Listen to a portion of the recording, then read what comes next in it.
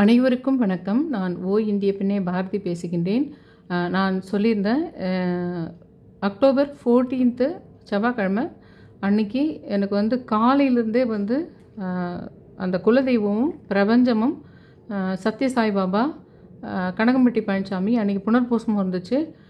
தொடர்ந்து என்கிட்ட காலையிலேருந்து பேசிகிட்டு இருந்தாங்கன்னா அதில் ஒன்று தான் ஃபஸ்ட் டைம் போட்டேன். இதில் நான் பார்ட் 1 பார்ட் 2 போட மாட்டேன்.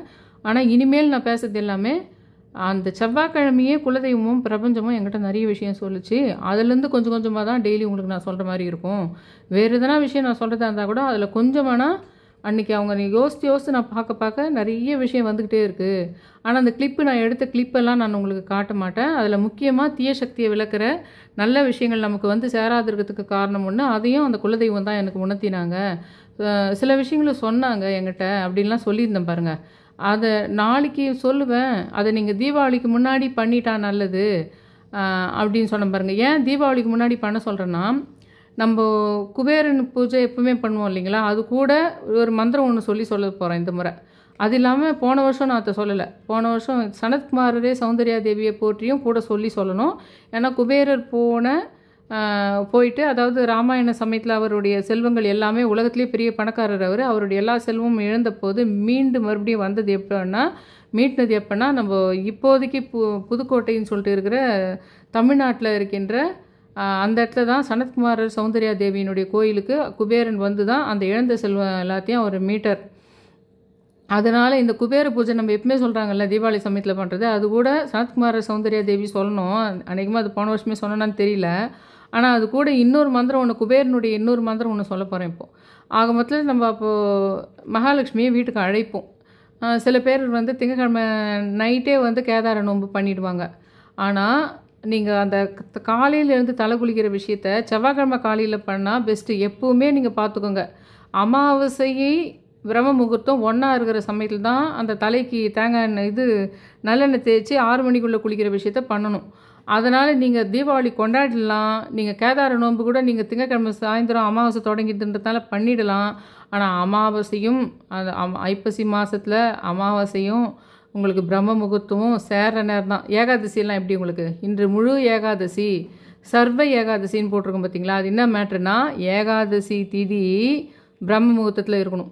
ஆனால் முன்னாடியே ஏகாதசி தொடங்கிடும். முன்னாடி நாள் மத்தியானமோ சாயந்தரம் ஒரு 6 மணிக்கோ தொடங்கிடும். சிலதுக்கெல்லாம் அப்படி கணக்கு கிடையாது.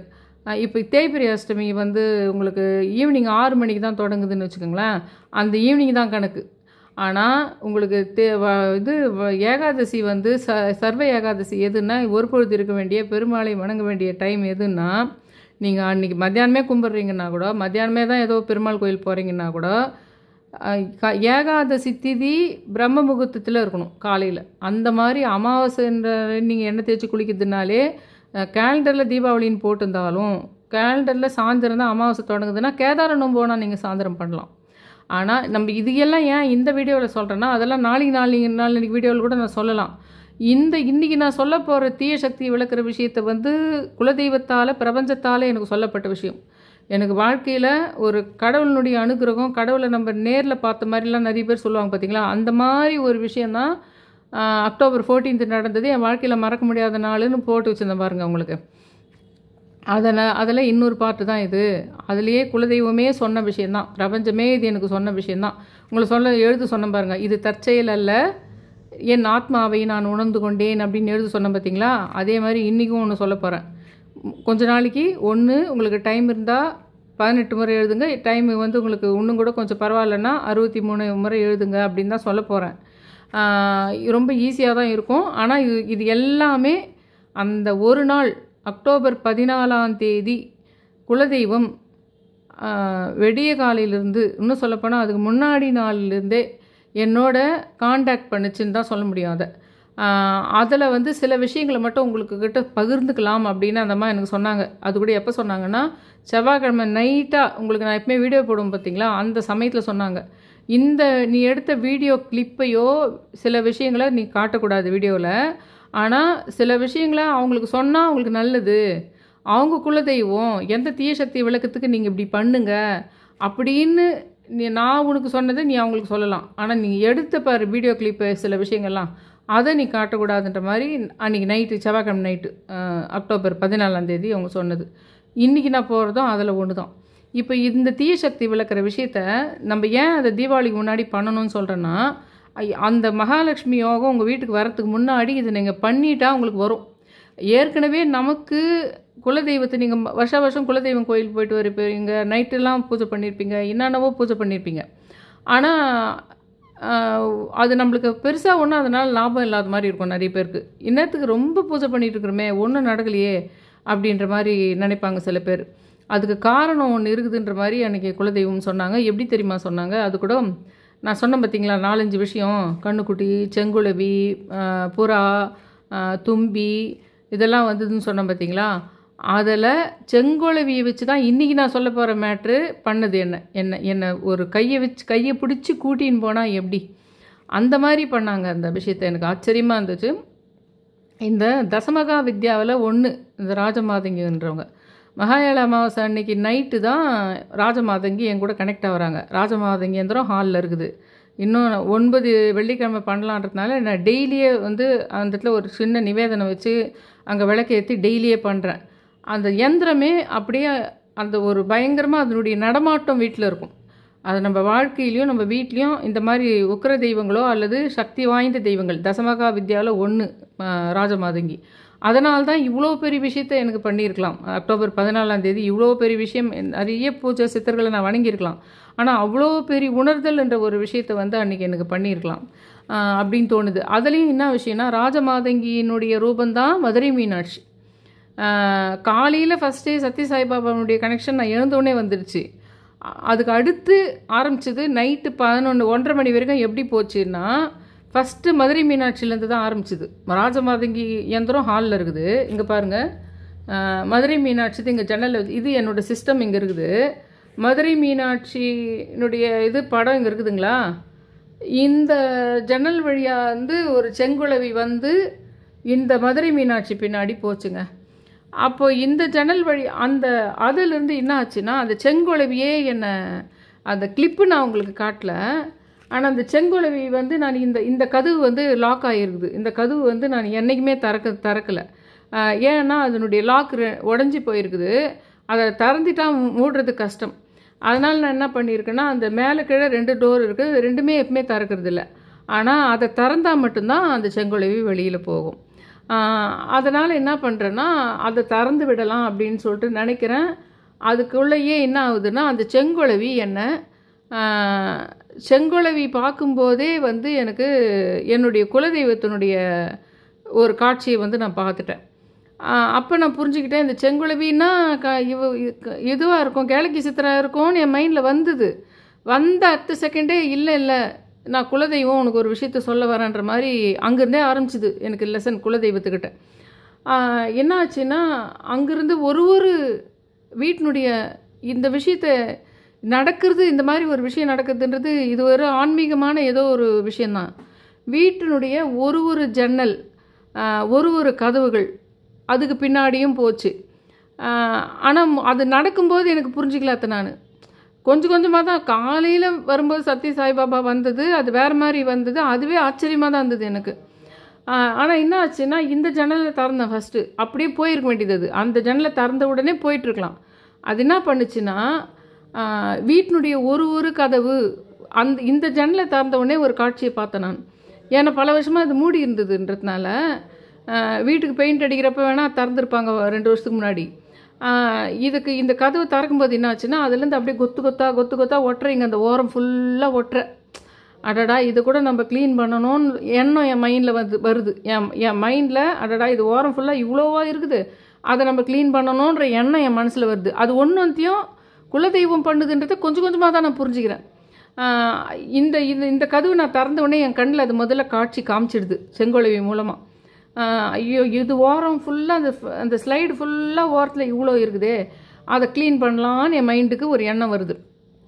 ஆனால் இப்போ தான் ஆயுத பூஜைக்கு நீங்கள்லாம் கூட இதை பண்ணியிருப்பீங்க. இனிமேல்ட்டு நீங்கள் இதை பண்ணணும். இது தீபாவளிக்கு முன்னாடி பண்ணுறது மட்டும் இல்லை, இது எப்பெல்லாம் நீங்கள் பண்ண வேண்டி இருக்குன்றத வீடியோ கடைசி வரைக்கும் உங்களுக்கு பிராப்தம் இருந்தால் பார்த்தா பாருங்கள். இதை எப்பெல்லாம் நீங்கள் இதை பண்ண வேண்டியிருக்கும்னு குலதெய்வம் தான் எனக்கு அது சொன்னது. அப்புறம் என்ன ஆச்சுன்னா, ஒரு கதவும் அங்கேருந்து நான் திறந்த உடனே அது குலவி போயிட்டுருக்கலாம் நியாயமாக பார்த்தா. ஆனால் அது என்ன பண்ணுச்சுன்னா அப்படியே பேக்கில் ரிவர்ஸில் வந்து இந்த இந்த டோர் வழியாக இந்த டோர் வழியாக போயிடுச்சு, இந்த ரூமோடைய டோர் வழியாக போயிடுச்சு. ஏன்னா இந்த ரூம் டோரெல்லாம் ஓரத்துங்களில் அவ்வளோ இல்லை, அவ்வளோ டஸ்ட்டு அதெல்லாம் கிடையாது. நேராக போய் எங்கெல்லாம் இந்த வீட்டில் ரொம்ப கதவு நான் திறக்கவே திறக்காதுக்குதோ, வேறு ரூமில் வேறு ஹாலில் நல்லா திறந்து ஜன்னலெல்லாம் இருக்குது, நேராக அப்படி கூட ஓடிட்டுருக்கலாம். அது என்ன பண்ணுச்சுன்னா அடுத்தடுத்து போய் எந்த ஜன்னல் ரொம்ப நாள் நான் திறக்காமல் இருக்கிறனோ அந்த ஜன்னல்காட்ட போயிட்டு நின்றுது. அப்போ என்ன ஆயிடுச்சு, வேறு வழி இல்லாமல் அந்த ஜன்னலை ஒரு நீள குச்சி வச்சோ அது என் மேலே பறந்து வராத மாதிரி ஒன்று ஒன்றா திறக்கிற மாதிரி வரும்போது அந்த திறக்காமல் இருந்த ஜன்னல்கள் மட்டும் ஒரு 3-4 அதாவது 2-3 ஜன்னல்களில் எந்த பார்ட்டோ அந்த பார்ட் வரைக்கும் திறக்கிறேன். அது சுற்றி இதில் எப்படி ஒட்டடைகளும் அந்த குண்டாக ஒரு இதுவும் இருக்குதோ அதுங்க அப்படியே தொங்குது. அங்கேயே எனக்கு அடடா இதெல்லாம் க்ளீன் பண்ணணும், இவ்வளோ இருக்குது, நம்ம தான் நல்லா தான் ஆயுத பூஜைக்கெல்லாம் இது பண்ணணுமே நினச்சிக்கிறமே, அப்போ இவ்வளோ இருக்குதேன்னு என் மைண்டுக்குள்ளே கொண்டு வருது கொஞ்சம் கொஞ்சமாக. அந்த பிரபஞ்சமும் அந்த குலதெய்வமும் கொண்டு வருது. அப்புறமா என்ன ஆகுதுன்னா வீட்டினுடைய எல்லா ஜன்னல்கிட்டையுமே பறந்து போகுது. திறந்துருக்கிற கதவு வழியாக அது ஓடி இருக்கலாம், எத்தனையோ கதவு திறந்துருக்குது, எத்தனையோ ஜன்னல் திறந்துருக்குது, அது வழியாக அது வெளியே போயிருக்கலாம். நான் பின்னாடியே போகிறதுக்கு பயந்து அது வெளியே போயிருக்கலாம், ஆனால் அது போகவே இல்லை. எனக்கு அதனுடைய போக்கே புரிஞ்சிச்சு. நானாகவே அது ஓட்டக்கூட ட்ரை பண்ணல. என்னை கைப்பிடிச்சு கூட்டின்னு போகாத குறையாக கூட்டின்னு போகுதுன்றது நல்லாவே புரிஞ்சிச்சு. இது சாதாரணமான குளவி இல்லை, இது நம்மளுக்கு வந்து ஏதோ ஒன்று காட்டுறதுக்காக வந்துருக்குதுன்றத அக்கு வேற ஆணி வேற புரிய வச்சுது எனக்கு. அதனால் ஒரு கதவுக்கிட்டையும் ஒரு ஜன்னல்கிட்டையும் போயிட்டு நின்று முதல்ல மட்டும் எனக்கு புரிய வச்சுது. 4வது 5வது ஜன்னல்கிட்ட நான் போகும்போதெல்லாம் என்ன பண்ணுச்சுன்னா ஒரு ஜன்னலினுடைய ஓரங்கள் ஃபுல்லாகவே அப்படியே நடந்து ஒவ்வொரு ஜன்னல் ஓரம் ஃபுல்லாகவே ஃப்ரேமில் அப்படியே போனால் எப்படி இருக்கும் உங்களுக்கு, இதுதான் ஜன்னல் வச்சுக்கோங்களேன். இப்போ இந்த ஜன்னல் இப்போ இது ஏன் போட்டுங்கிறேன்னு சொல்கிறேன் உங்களுக்கு. இப்போ ஒரு விஷயமா வரேன், அதுக்குள்ளே நீங்கள் வீடியோ வரைக்கும் கடைசி வரைக்கும் எங்கே பார்க்க போகிறீங்க. நீங்களும் இப்படி தான் பண்ணி ஆகணும். அதை நீங்களும் உங்கள் வாழ்க்கையில் இப்போ நான் சொன்ன மாதிரியே செய்து ஆகணும். செஞ்ச பின்னாடி தான் தெரியும் உங்கள் வாழ்க்கை எப்படி சூப்பராக மாறும்ன்றதை. இது இல்லாமல் எழுத வேண்டியது வேறு ஒன்று சொல்ல போகிறேன். 18 முறையோ 63 முறையோ போன முறை சொன்னேனே அந்த மாதிரி இல்லை, இது கொஞ்சம் வேறு மாதிரி. அதுவும் குலதெய்வத்தையும் உங்களையும் ஒன்று சேர்க்கறதுக்கான விஷயந்தான் அதையும் சொல்ல போகிறேன். தயவு செஞ்சு வீடியோ கடைசி வரைக்கும் பாருங்கள். இந்த என்ன பண்ணுறதுன்னா இந்த ஜன்னல் ஓரமே நடந்து போனால் எப்படி இருக்கும் அந்த மாதிரி அந்த குலவி என்ன பண்ணுதுன்னா ஜன்னல் ஓரமே போகுது. ஒரு ஜன்னலுக்கு போயிட்டு விட்டுடலாம்ல, ஒரு ஜன்னலுக்கு மட்டும் அந்த மாதிரி போயிட்டு அந்த ஓரத்தில் இருக்கிறத க்ளீன் பண்ணுன்றதுக்காக எனக்கு புரிய வைக்கிறதுக்கு ஒரு ஜன்னலில் போயிட்டு இன்னொரு ஜன்னல் திறந்துக்குது, அதில் போயிட வேண்டியது தானே வெளியில். அப்படி பண்ணல. எங்கள் ஹஸ்பண்டு தூங்கிட்டு இருக்காரு, எழுந்துட்டு இருந்தால் கூட நான் அவர் வந்து எதனா கேட்க நீ இன்னத்துக்கு அதை பார்த்துங்கிறன்னு சொல்ல சரி ஓட்டிடலான்னு ஓட்டுற மாதிரியாக இருக்கும். அது பிரபஞ்சமும் குலதெய்வமும் பண்ணுறதுனால குலதெய்வம் என்ன பண்ணுதுன்னா கரெக்டாக அவர் தூங்குற நேரத்தில் வந்து பண்ணுது. என்ன ஏன் அப்போ தான் எனக்கு கரெக்டாக காட்ட முடியும்னு ஏன்னா புரிஞ்சுக்கிற சக்தியும் இருக்குது, பிரபஞ்சத்துக்கிட்ட நிறைய என்ன பேசுகிற சக்தின்றதுனால நான் அண்டர்ஸ்டாண்ட் பண்ணிக்குவேன்னு வேறு தெரியுது பிரபஞ்சத்துக்கும் குலதெய்வத்துக்கும். அதனால் என்ன ஆகுதுன்னா பிரபஞ்சம் நைட்டாக தான் ஈவினிங் ஒரு 7-8 மணிக்கு தான் பேசுச்சு. ஆனால் குலதெய்வம் தான் காலையிலேருந்து பேசுனது. குலதெய்வத்துக்கு முன்னாடி சத்யசாய்பாபா வந்தது. சத்யசாய்பாபா ஒரே ஒரு விஷயம் மட்டும் சொல்லிட்டு போயிட்டார். ஆனால் அதுக்கப்புறம் அதுலேருந்தே மேலலை, நான் அதுலேருந்தே முதல்ல மேலலை, அதுக்குள்ளே இந்த செங்குளவி மேட்ரு.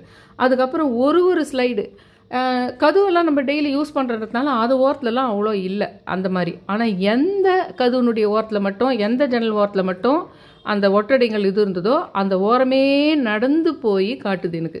இதுங்கெல்லாம் நீ இந்த மாதிரி க்ளீன் பண்ணணும்னு இங்கேயே க்ளீன் பண்ணுறோன்ற எண்ணம் வந்துச்சு. சரி அங்கெல்லாம் போய் க்ளீன் பண்ணலாம். அப்புறமா இன்னொரு விஷயம் வந்தது, அது எப்படி எனக்கு சூட்சமாக சொல்லிச்சுன்ற விஷயத்த நான் உங்களுக்கு சொல்கிறேன். நம்ம வீட்டில் ஏதாவது ஒரு பயங்கரமான ஒரு தொடர்ந்து தோல்வி தொடர்ந்து வலி அப்படி இருக்குதுன்னா ஆனால் நீங்கள் பூஜை ரொம்ப பண்ணுறீங்க, ஆனால் புனஸ்காரம் ரொம்ப பண்ணுறீங்க, குலதெய்வத்தையும் நம்புறீங்க, எல்லாமே பண்ணுறீங்க. அப்போ என்ன ஆகுதுன்னா வெளியிலேருந்து இதெல்லாம் வேறு மாதிரி சொன்னாங்க எனக்கு. குலதெய்வமும் பிரபஞ்சமும் வேறு மாதிரி எனக்கு இதை அண்டர்ஸ்டாண்ட் பண்ண வச்சாங்க. அதெல்லாம் சொன்னால் வீடியோ பெருசாக போகும், நம்புங்க நம்பாகட்டி போங்க. அதுக்கப்புறம் என்ன அந்த கிளிப்பை காட்டிட்டு இருந்தேன்னா ஈஸியாக நான் இவ்வளோ தூரம் போராட வேண்டியதில்லை. உங்களுக்கு கிளிப்பை காட்டக்கூடாதுன்னுட்டாங்க. குலதெய்வம் கிளிப்ஸை நீ காட்டக்கூடாதுன்னுட்டாங்க. நீ எப்படியாவது சொல்லி அவங்களுக்கு புரிய வச்சுக்குதுன்னா புரிய வச்சுக்கோ, அவங்களுக்கு பிராப்தம் தான் கேட்டுக்கிட்டோம் அப்படின்ற மாதிரி சொல்லிட்டாங்க அவங்க. அதனால் நான் என்ன பண்ணிட்டேன்னா இன்னொரு சொல்ல வந்தாங்க. அது என்னதுன்னா நம்மளுக்கு வந்து நல்லது செய்கிற கடவுள்கள் நம்மளை நோக்கி வரும். அப்போ என்ன எது வழியாக வருதுன்னா ஜன்னல் வழியாகவும் கதவு வழியாக தான் வருது. நமக்கு நீ கும்பிட்ற கடவுள் எல்லாம் உங்களுக்கு காற்றின் மூலமாக ஜன்னல் வழியாக கதவு வழியாக தான் உள்ளே வருது உனக்கு அருள் புரியத்துக்கு, உனக்கு நல்ல நீ எது வேண்டியோ அதை நடத்த செய்யறதுக்கு, உன் வாழ்க்கையில் இருக்கிற கர்மாவை தீக்கிறதுக்கு. ஒருவேளை நீயே தப்பு பண்ணியிருந்தா கூட, உங்கள் அப்பா அம்மாவே தப்பு பண்ணியிருந்தா கூட அந்த கர்மாவை தீக்கிறதுக்கு சில தண்டனைகளை உனக்கு கொடுத்துரும். பனிஷ்மெண்ட்டு மாதிரி தான்.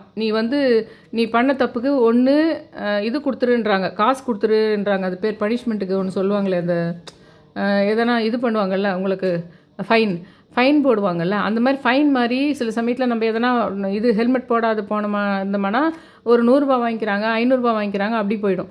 இன்னும் பெரிய தப்பாக இருந்தால் அதுக்கேற்ற மாதிரி பனிஷ்மெண்ட். அதே மாதிரி தான் கர்மாவை பொறுத்த வரைக்கும் எந்த அளவுக்கு கர்மாகுதோ அதுக்கேற்ற மாதிரி நம்ம வணங்குற கடவுள்கள் என்ன பண்ணோன்னா, உனக்கு எதனா வீட்டில் உறவுகள் மூலமாகவே சின்ன பிரச்சனைகளை கொடுத்து மனவலி கொடுக்கும், இல்லை உறவுகள் மூலமாகவே இன்னும் பயங்கரமான பிரச்சனையை கொடுத்து அதிகமான மனவலியை கொடுக்கும்.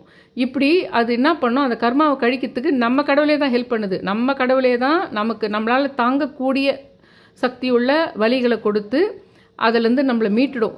ஆனால் இந்த தீய சக்தி இருக்குது பார்த்தீங்களா, நம்ம எப்போவுமே தீய சக்திக்கு ரொம்ப பவர் இல்லைன்னு நினச்சிட்ருக்குறோம். அப்படி கிடையவே கிடையாது. தீய சக்திக்கு கடவுள் சக்திக்கு இணையாக இருக்குது. சில சமயத்தில் கடவுள் சக்தியை விட அதிகமாக கூட இருக்குது.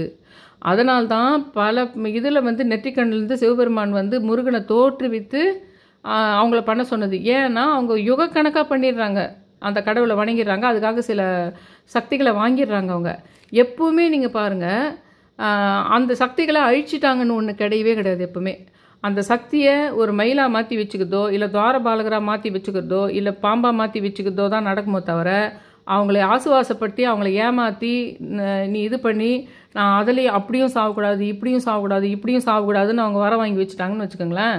அப்போ நான் ஒரு பெண்ணாலையும் சாகக்கூடாது, நான் பெண்ணின் கர்ப்பத்தில் பிறந்த ஒருத்தராலையும் சாகக்கூடாது, இப்படியெல்லாம் வரத்தை வாங்கி வச்சுருவாங்க.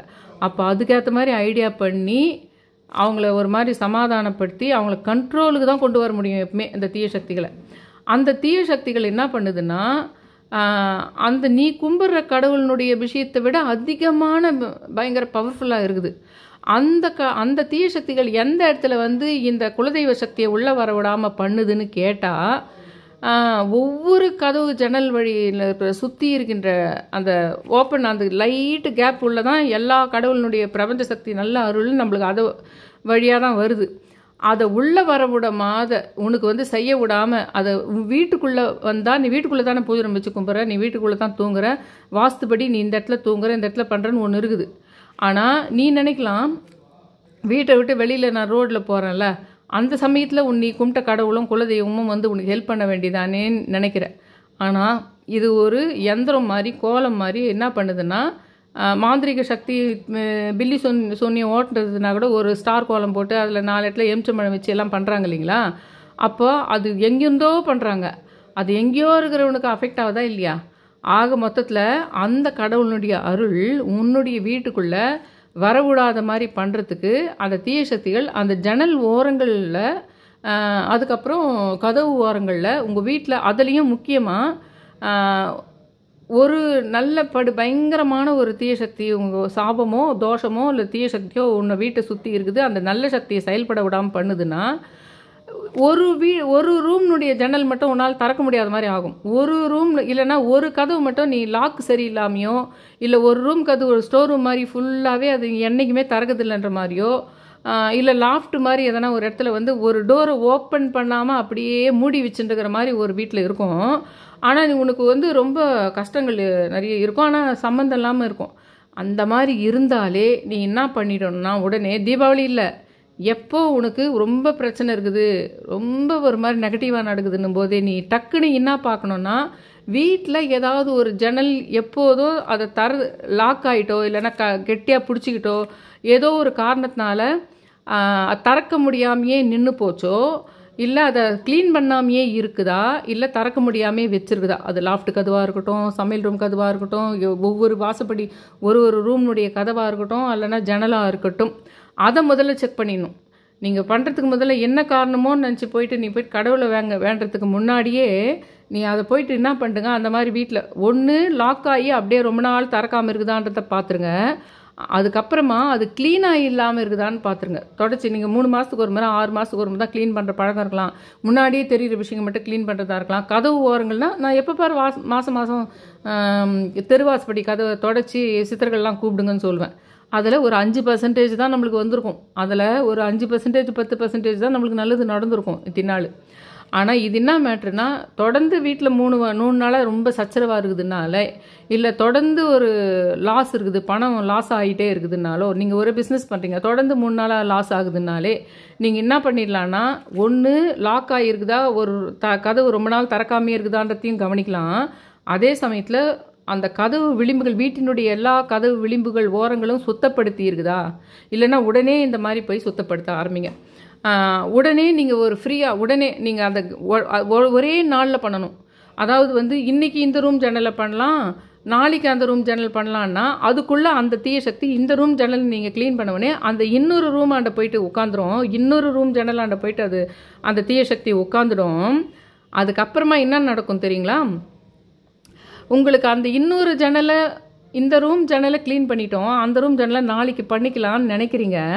ஆனால் அந்த ரூம் ஜன்னலை மறுபடியும் நீங்கள் ஞாபகமே இல்லாத மாதிரி பண்ணிவிடும். உங்களுக்கு அது ஞாபகமே இல்லாத மாதிரி, டைமே இல்லாத மாதிரி, அந்த ரூம் ஜன்னலை நீங்கள் க்ளீன் பண்ணுறதுக்கே டைம் இல்லாத 4 மாதம் பொறுத்து 2 மாதம் பொறுத்து எப்போன்னு சொல்லிட்டு இருப்பீங்க. நான் பண்ணிடலான்னு நினச்சேன், ஒன்று தான் பண்ணேன், அது பண்ணுறதுக்குள்ளே நிறைய வேலை வந்துச்சு, அதனால் அதை அப்படியே விட்டுட்டேன் அப்படின்னு நீங்கள் சொல்கிற மாதிரி கொண்டு போயிடும் அது. ஏன்னா அது உங்களை டயர்ட் பண்ணி அந்த 2வது ரூம் 3வது ரூம் க்ளீனிங்க்கு உங்களை போகவே விடாத மாதிரி பார்த்துக்கும்.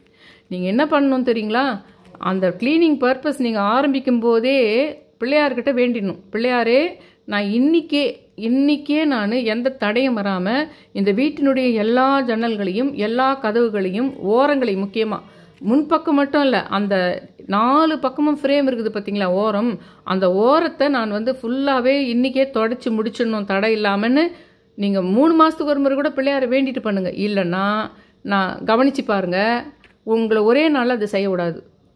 அப்போ நீங்கள் புரிஞ்சுக்கலாம் நான் சொல்கிறதுல எவ்வளோ உண்மை இருக்குதுன்றது. அது என்ன பண்ணிடும்னா உடனே அதுக்கு இன்னொரு விஷயம் சொல்கிறேன். அது இல்லாமல் அது உங்கள் கைக்குள்ளே போச்சேன்னா நீங்கள் வீட்டில் இனிமேல்ட்டு எந்த க்ளீனிங் விஷயம் பண்ணாலுமே நீங்கள் உடனே நல்லா கையை சோப் போட்டு கழுவுறது இருக்கட்டும். ஆனால் முடிஞ்சால் நிறைய பேருக்கு இதெல்லாம் இந்த மாதிரி க்ளவுஸ் போட்டு பண்ணுறதெல்லாம் கஷ்டப்படுவீங்க. அது இன்னொரு விஷயம் என்ன சொல்லுதுன்னா, நீங்கள் அந்த அழுக்கான விஷயங்களை க்ளீன் பண்ணும்போதும் சரி, ஆண்களாக இருக்கட்டும் பெண்களாக இருக்கட்டும், அவங்க நகத்தின் வழியாக, அவங்களுடைய ஸ்கின் வழியாக இருக்கின்ற 1000 துளைகள் வழியாக அந்த தீய சக்திகள் உங்கள் உடம்புக்குள்ளே ஊடுருவி வருது. நம்ம என்ன நினைக்கிறோம், சானிடைசர் போட்டு கழுவிறோம், அது வியாதியாக வரும்னு நினைக்கிறோம். ஆனால் இது வந்து நீங்கள் அது வந்து ஒரு இதுவாக பார்க்க வேணாம். மெடிக்கலாக நீங்கள் பார்க்கறத விட, நீங்கள் வந்து ஹைஜீனிக்காக இருக்கிறீங்கன்றதை பார்க்கறத விட, இப்போ நான் சொல்கிறது குலதெய்வம், அமானுஷ்யம், தீய சக்தி, அந்த ரேஞ்சில் நான் சொல்லிட்டு இருக்கிறேன். அதுக்கு சம்பந்தமான ஒரு விஷயமா இதை தயவு செஞ்சு பார்க்க சொல்கிறேன். நகங்களின் மூலமாக, நம்ம ஸ்கின் மூலமாக அந்த தீய சக்திகள் நம்ம உடம்புக்குள் ஊடுருவோம். அது என்ன பண்ணும், நீங்கள் எத்தனை குலதெய்வம் கோயிலுக்கு போனாலும் எங்கே போனாலுமே அது வியாதிகளாக வந்து உங்களை வந்து உங்கள் வாழ்க்கையில் உங்களுக்கு முக்கியமான வேலை இருக்கும், உங்களுக்கு வீட்டில் ஒரு முக்கியமான பொறுப்பு நீங்கள் செய்ய வேண்டியிருக்கும். ஆனால் உங்களை வந்து அந்த வியாதியின் காரணமாக உங்களை அதை செய்து முடிக்கிறதுக்கான வேகத்தை தடுத்துரும். ஆனால் அந்த வியாதி வந்ததுக்கு முக்கிய காரணமே என்னன்னா, ஒரு தீய சக்தி தான் அதுக்கு காரணமாக இருந்திருக்கும். அந்த தீய சக்திக்கு காரணம் யாரோ எப்போ செஞ்ச சாபமோ, அல்லது யாரோ வச்ச பில்லு சீனியமோ, அல்லது யாரோ வச்ச பொறாமையோ, அல்லது நீங்களே போன ஜென்மத்தில் செய்த பாவமோ, அல்லது உங்கள் அப்பா அம்மா செய்த பாவமோ காரணமாக இருக்கும். அதுக்கு அந்த தீய சக்தி வந்து அந்த மாதிரி சாபம் தோஷம் இருக்கும்போது நல்ல கடவுள்கள் நமக்கு ஹெல்ப் பண்ணுறதுக்கு ஒரு அடி தூரம் நிற்கும். அந்த ஒரு அடி நல்ல கடவுள் தூரம் நிற்கும் போது இந்த தீய சக்திகள் வந்து நம்மளை வந்து ஆட்கொள்றத, அதை தடுக்கிறதுக்கு கூட அந்த குலதெய்வம் வராது போயிடும். அப்போ வராது போயிட்ட சமயத்தில் அது எந்த இடத்துல வந்து மெயினாக உட்காருதுன்னா, ஜன்னல் ஓரங்களிலும் கதவு ஓரங்களிலும் வந்து உட்காருகின்றது. அப்போ என்னன்னா, இப்போ இது ஏன் நான் உங்களுக்கு ஈஸி பண்ணுறதுக்கு சொல்கிறேன், ஸ்கின்ல போகக்கூடாது நகத்தில் போகக்கூடாதுன்னு சொல்கிறதுனால நான் என்ன பண்ணேன்னா, இது நிறைய பேருக்கு இந்த ஜன்னல் துடைக்குது, இந்த இது துடைக்குது கஷ்டம் கூட. ஏன் கஷ்டம் கூட, நிறைய பேர் செய்திருக்கும். இதனால் நீங்கள் யோசிப்பீங்க, நம்ம துடைச்சிடறோம். இதில் முக்கியமாக என்னென்னா, கொஞ்சம் தண்ணியோ டெட்டாலோ அதில் போட்டு துடைக்க தான் நல்லது. நிறைய அடிக்கடி தண்ணி போட்டு துடைச்சாலும் அது துருப்பிடிச்சிடும், பெயிண்ட் போயிடும், அது ஆகும். சில சமயத்தில் வெறும் துணியில் துடைச்சிட்டாலும், இல்லை சானிடைசர் இந்த கோலின் அந்த மாதிரி போட்டு துடைச்சாலும் கூட உங்களுக்கு வந்து இந்த ட்ராப் ஆகாமல் இருக்கிறதுக்கு தான் இது முதல்ல இது போட்டால் நம்ம ஸ்கின்ல நகத்துக்குள்ளே போகாமல் இருக்கிறதுக்கு. அது ஏன்னா இத்தனை நாள் நம்ம சொல்கிறது வந்து அது இன்ஃபெக்ஷன் ஆகுன்றதுக்காக. இப்போ நான் சொல்கிறது எதுக்குன்னா, அந்த கதவு ஓரங்களில் வந்து அந்த தீய சக்தி தங்கிடுது.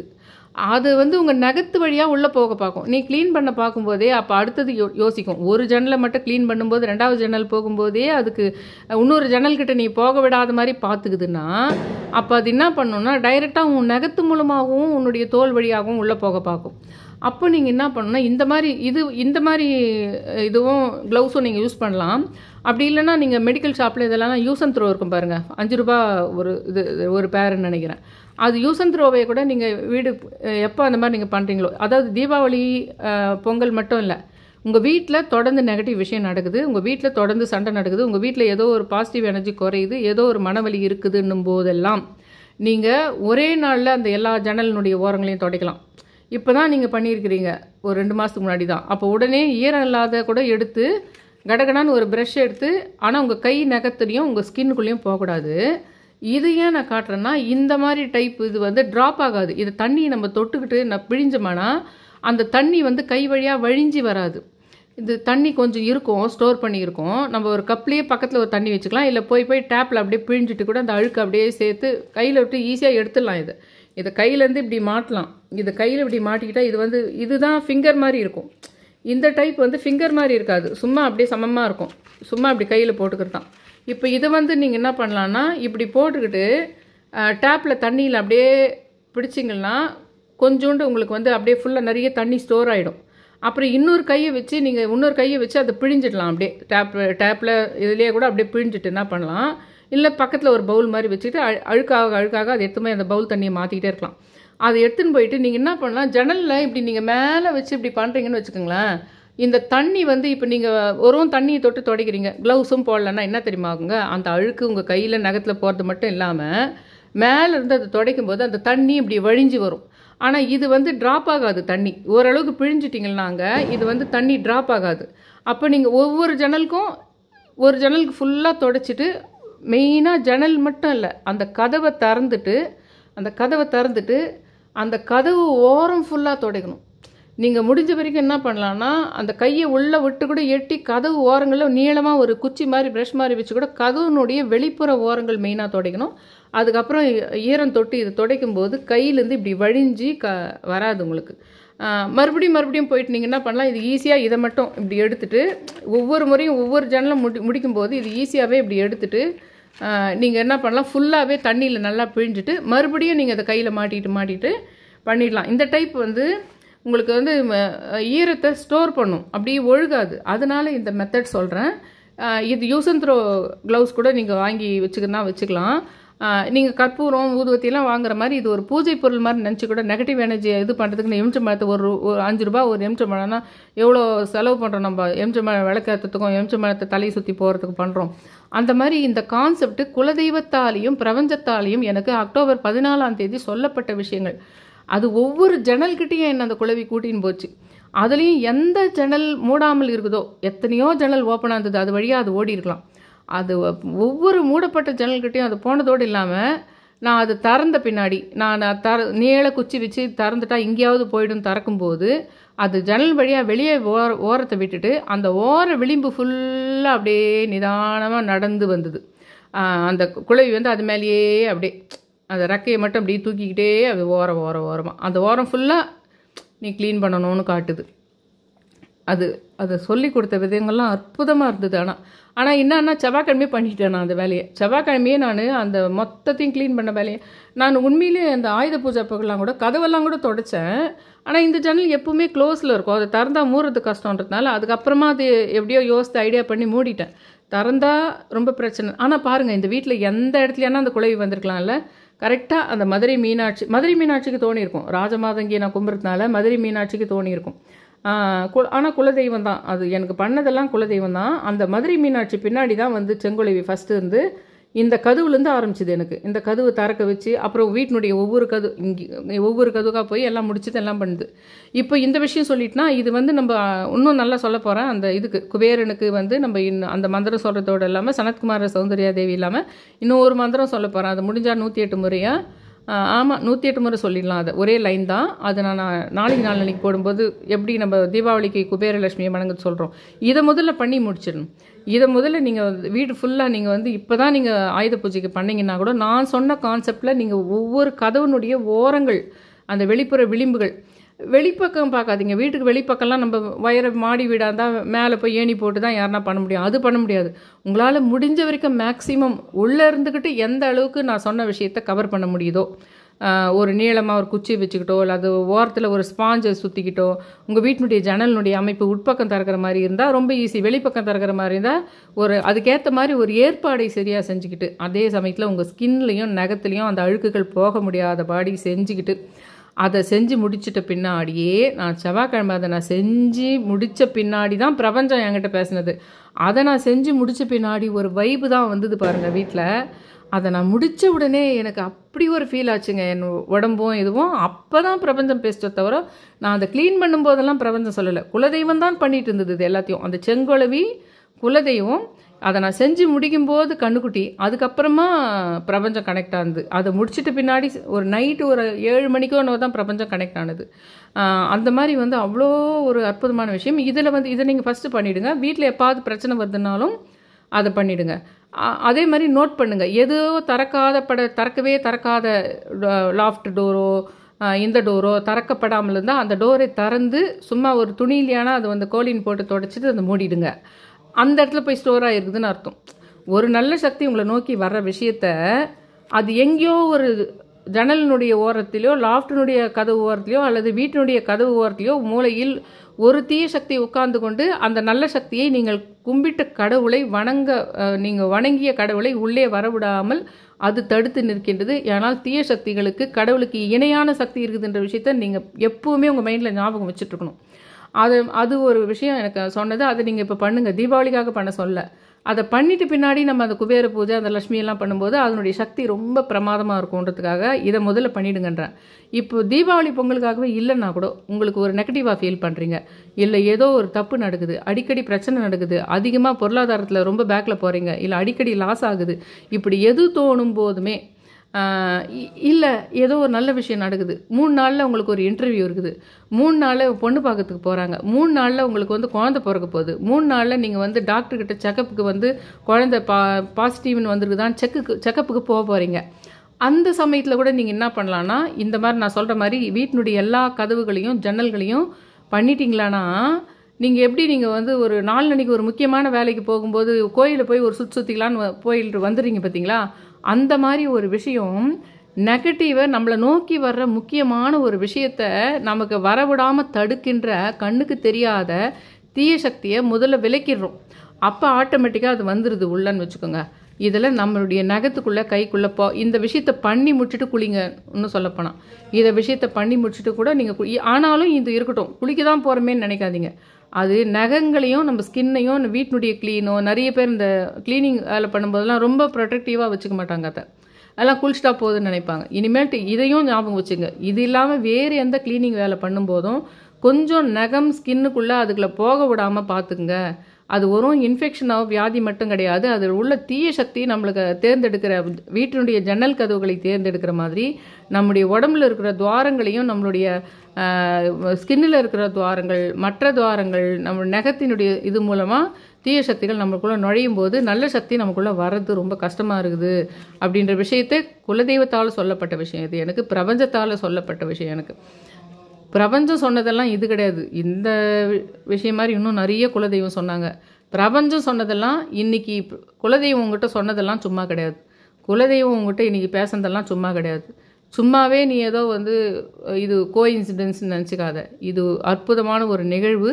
அதை நீ புரிஞ்சுக்கோ. தயவு செஞ்சு இது ஒரு சாதாரணமான விஷயம்னு நினைக்காத. தற்செயலானது அது அல்லன்ற விஷயத்தை மட்டும்தான் பிரபஞ்சம் சொல்லிச்ச தவிர, பிரபஞ்சம் எதுவும் இந்த மாதிரி இது தீய சக்தி, இது போய் கதவு தர, இது பண்ணலாம், அது பிரபஞ்சம் சொல்ல. பிரபஞ்சம் சொன்னதெல்லாம் இன்றைக்கி நடந்த விஷயம் எல்லாமே உனக்கு ஸ்பெஷலாக பண்ணப்பட்ட ஒரு விஷயம் அப்படின்ற மாதிரி நைட்டு ஒரு 7:30-8 மணிக்கு சொன்னது. இப்போ நீங்கள் அதை சொல்லிட்டீங்களா, இதை பண்ணிடுறீங்களா, அப்புறம் நாளைக்கு 4 நாளைக்கு வேறு விஷயம் சொல்கிறேன். அந்த மாதிரி சொன்னதுலேயே இன்னும் நிறைய இருக்குது, அதெல்லாம் அப்புறம் சொல்கிறேன். இப்போதைக்கு இது ஞாபகம் வச்சுங்க. நீங்கள் எழுத வேண்டியது என்னென்னா, குலதெய்வத்துக்கு என்னை பிடித்திருக்கின்றது. பிரபஞ்சம் நான் டெய்லி சொல்கிற விஷயத்தில் எல்லாத்துலேயுமே ஒன்று குலதெய்வத்துக்கானதும் ஒன்று பிரபஞ்சத்துக்கானதும் சொல்லிட்டு வருவேன். இதே மாதிரி பால் மரமாக எழுதிட்டு வாங்க தயவு செஞ்சு. ஈஸியாக இருக்கணும்னா 18 முறை எழுதுங்க. இல்லை கொஞ்சம் பரவாயில்ல டைம் இருக்குதுன்னா 63 முறை எழுதுங்க. குலதெய்வத்துக்கு உங்களுடைய குலதெய்வத்துக்கு, என்னுடைய குலதெய்வத்துக்கு என்னை பிடித்திருக்கிறது. பிரபஞ்சம் என்னை தேர்ந்தெடுத்து இருக்கிறது. போன முறை நான் சொன்னது வந்து இது தற்செயல் நிகழ்வு அல்ல, என் ஆத்மாவை நான் உணர்ந்து கொண்டேன். போன முறை நான் சொன்னது என்னன்னா, இனிமேல்ட்டு நான் முதல் முறை சொன்னதை நானும் ஞாபகப்படுத்துகிறேன், நீங்கள் அதையும் நோட்டில் எழுதி வைங்க. போன வீடியோவில் நான் சொன்னது என்னன்னா, என் ஆத்மாவை நான் உணர்ந்து கொண்டேன், இது தற்செயல் நிகழ்வு அல்ல. அதை தான் நான் உங்களை சொல்லியிருந்தேன். இன்றைக்கி நான் சொல்கிறது என்னன்னா, குலதெய்வத்துக்கு என்னை பிடித்திருக்கின்றது, பிரபஞ்சம் என்னை தேர்ந்தெடுத்திருக்கிறது. இதை தான் நீங்கள் 18 முறையோ அல்லது 63 முறையோ எழுதணும். தயவு செஞ்சு என் சேனலை சப்ஸ்கிரைப் பண்ணி ஷேர் பண்ணி லைக் பட்டன் ப்ரெஸ் பண்ணுங்கன்னு ரொம்ப ரிக்வெஸ்ட் பண்ணி கேட்டுக்கிறேன். Thank you all.